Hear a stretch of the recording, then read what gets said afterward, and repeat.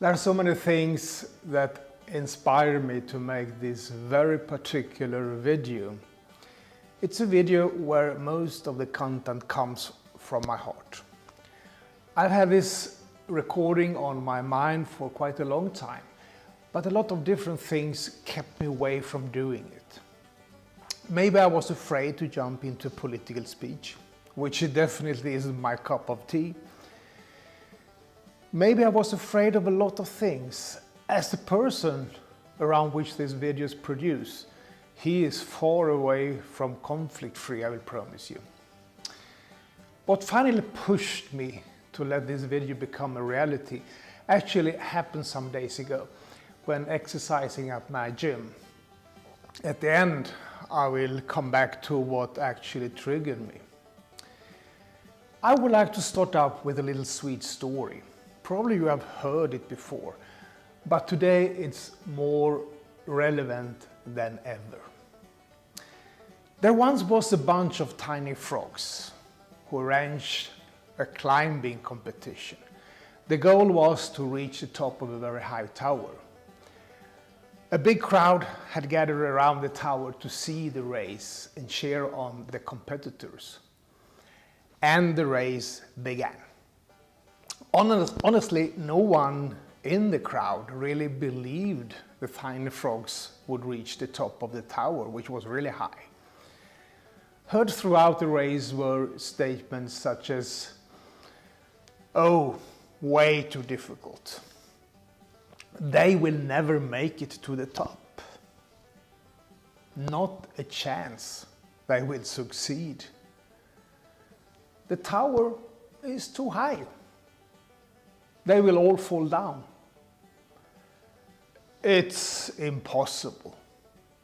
Who do they think they are? Spider-Man?" And so on and so on.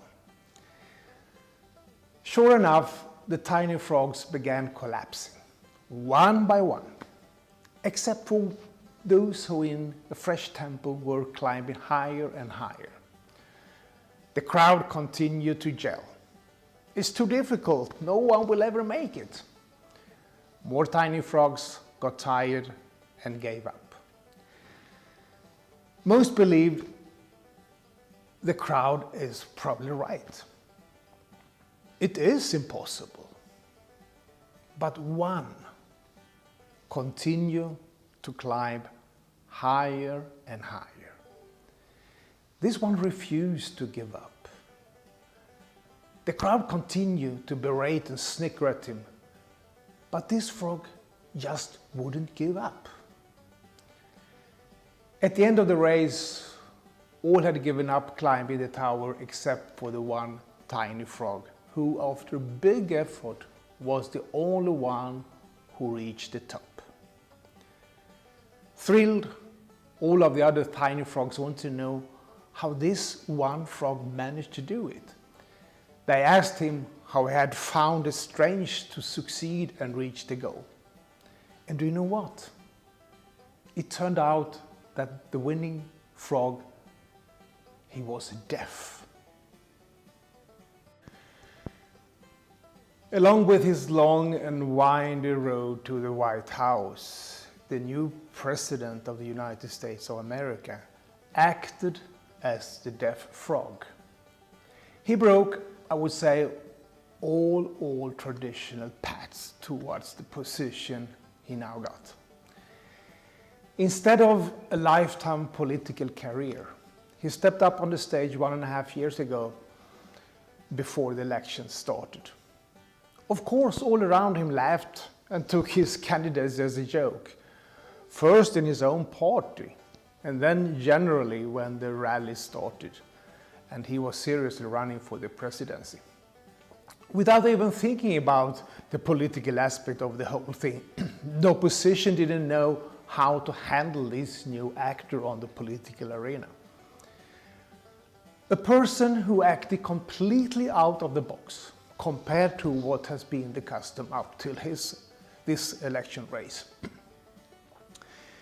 It reminds me a nice little memory I have from Peru many years ago when I got the opportunity to visit a big farm specialized in raising cocks for cockfighting. When walking around and viewing all these cocks, one more aggressive and dangerous than the other, the owner of the farm showed me with pride his best cock. As a completely knowledge-free person in cock racing, my immediate comment was, "But that is a hen." With a smile from ear to ear, the owner immediately responded, "That is exactly what the cock also thinks." During the whole presidential campaign, I've had this story in my head, and almost every confrontation between the two candidates has been like a cockfight with one of the opponents acting outside the traditional political frame. Your opinion about the new President of the United States of America might be the one of hate, love, or something in between. But what you can't deny are two things. Number one, the strategy used by the elected president was drawn up completely outside the frame we all are accustomed to from the political world. Number two, the plan apparently worked, as he became the winner of the elections. What can we all learn from this real story? Everything is possible if your passion for the mission is strong enough.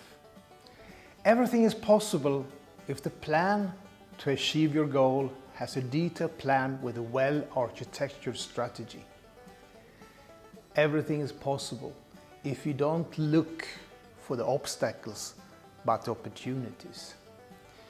The best supporting tool you can bring with you is to act as a deaf frog and as a hen at the cockfighting arena.